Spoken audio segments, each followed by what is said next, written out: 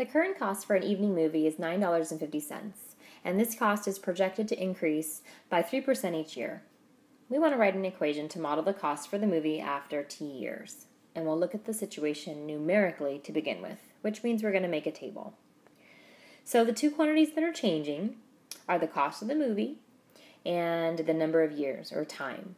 And so the cost of the movie is going to depend on how many years have passed. So T, time, will be our independent variable, and then the cost of the movie will be our dependent variable. I'll use C for cost. So they've asked us to use T, time, in years. So let's define our variables. T will be the number of years. And then C will be the cost for a ticket in dollars. Cost for a ticket measured in dollars. All right, so we're saying that right now, at a time of 0, initially, the cost for the movie is $9.50. And then it says that the cost is going to increase by 3% each year. So grab your calculator and let's do some number crunching and figure out how we should compute the cost of the ticket 1 year later. So we know that 3% as a decimal would be 0.03. So you might start out by multiplying $9.50 by 0.03. If you go and do that on your calculator, that's going to give us 285, I believe. Remember to always stop the video and actually take the time to do these computations on your calculator. You'll get better at using your calculator, and you want to make sure you don't make any silly mistakes. Now, 0.285, or in other words, about 29 cents. Clearly, that's not the cost of the movie 1 year later, but rather that's just going to be the increase in the cost of the movie. So really what we need to do is we need to take this number and we need to add it to the original cost, the $9.50. So the computation really should be $9.50 plus the 0.285. In other words, we would have a cost of $9.785, or approximately $9.79. I'm going to go ahead and leave all those decimals of accuracy, though, right now in my table. So I'll write 9.785 will be the cost of my movie after 1 year. There we go. All right, but let's see if we can actually streamline the process a bit. See if we can take what we did here, this computation, and make it maybe a little more efficient, a little shorter. Take a look at this first line, the 950 plus the 950 times 0.03. If you would think about this as a factoring problem and factor out the 950, you would have 950 times the quantity 1 plus 0.03. In other words, that's the same as taking 950 and multiplying it by 1.03. So when we go over here to our table numerically to see what's happening, to go from 950 to 9.785, we're actually going to be multiplying. We'll be multiplying by 1.03. Maybe a parentheses would be better there. We'll multiply by 1.03. So now we want to figure out what the cost of the movie is 2 years later. Same thing, we could do it the long way. We could take the old price for the ticket, the 9.785, multiply that point by 0.03, but then we'd have to add it back to the original cost. That's kind of the long way of doing that. But again, realizing that looking at it as a factoring problem, if we factored out the 9.785, again, we'd have that 0.03 plus 1. So really, we're multiplying by 1.03. So again, you can see your multiplier.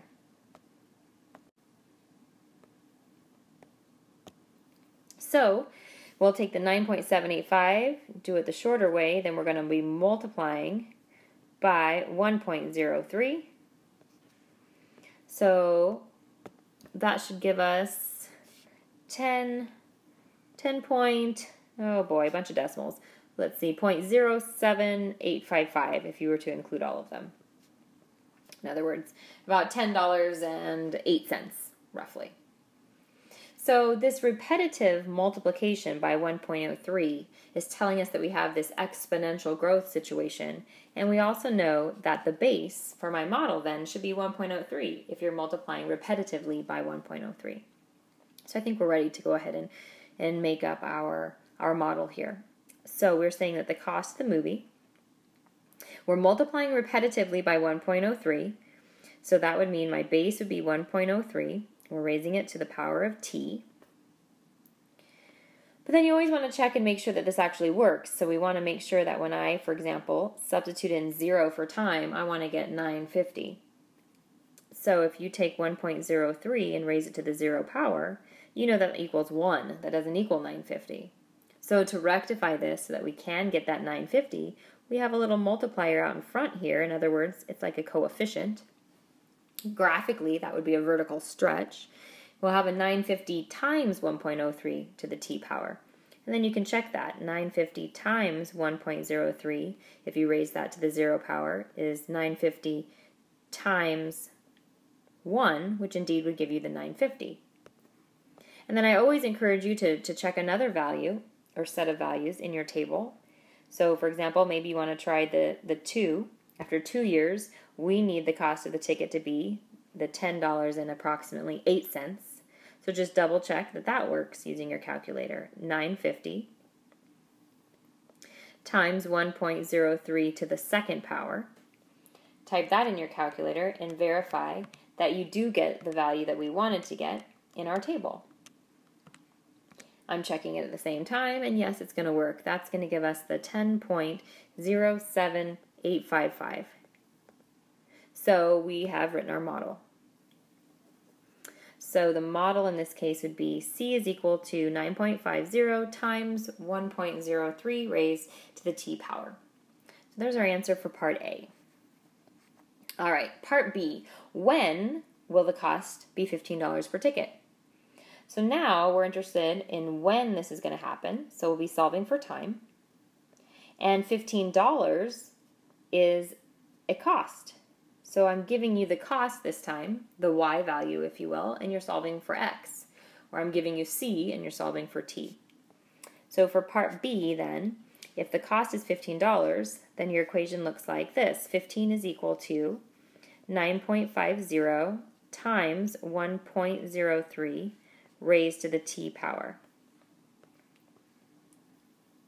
So now we have this equation that we need to solve. Let me get some of this out of the way for you. All right, we need to solve this equation. First of all, what type of equation is it? So because the exponent contains the variable there, we know that our equation here is exponential. So first step in solving an exponential is to see if you can use the uniqueness property and get the bases to be the same on the left and the right. And that would require us to divide both sides by the 950. Don't actually write this down, but let's say we did divide by 950. In your calculator, go ahead and input the 15 divided by 950. And I think you'll see that you get a decimal, but it's not an exact decimal. So you could leave it as 15 divided by 950, or in this case, once you realize that you cannot make the bases to be the same on the left and right, so you're not going to be able to use that uniqueness property, then you could ultimately decide to just leave the equation in the current form and go right to your graphing calculator and solve this graphically. So, on your graphing calculator, you're going to input the left side of your equation in your y1. That would be y equals 15. And the right-hand side in your y2. And then we're going to graph the two curves, and we'll calculate the intersection. So take a second, pause the video, and see if you can find the appropriate window that's going to let you see both of the graphs as well as the intersection clearly. So when you graph this, the left side, y equals 15, should just be a horizontal line. And the right side, y equals 950 times 1.03 to the t power, that should be an exponential growth function. So that function should be increasing exponentially. And a standard viewing window definitely was not quite large enough, simply for the mere fact of the left-hand side being y equals 15. So your y values clearly have to be larger than 15 for you to even see the left-hand side, that horizontal line. So here's the window that I chose. I chose a x minimum of negative 10, and then I increased my x maximum to 20. My y minimum I just left at negative 10, and then I increased my y maximum also to 20. Again, you don't have to have the exact same window as me, but this would be one that would work if you were struggling to find an appropriate window. And then you just go ahead and calculate the intersection. And it would be the x value of the intersection that is the solution to this equation, because x corresponds to t in this example, the independent variable. And so when you calculate that intersection, I'm getting a value of approximately 15.45. And then, of course, we want to add the units there, and t was measured in years. So it's going to take approximately 15.45 years for the cost of the movie ticket to reach $15 per ticket. So for right now, when you take a look at this exponential equation, again, to recap, since we could not get the bases to be the same, we had to solve it graphically because that's the only method that we know of right now. But in the future, you'll learn the algebraic way of solving this, which involves using logarithms. So this provides one of the motivations for learning about logarithms. Logarithms will allow us to solve these complicated exponential equations when we're solving for the variable that is in the exponent.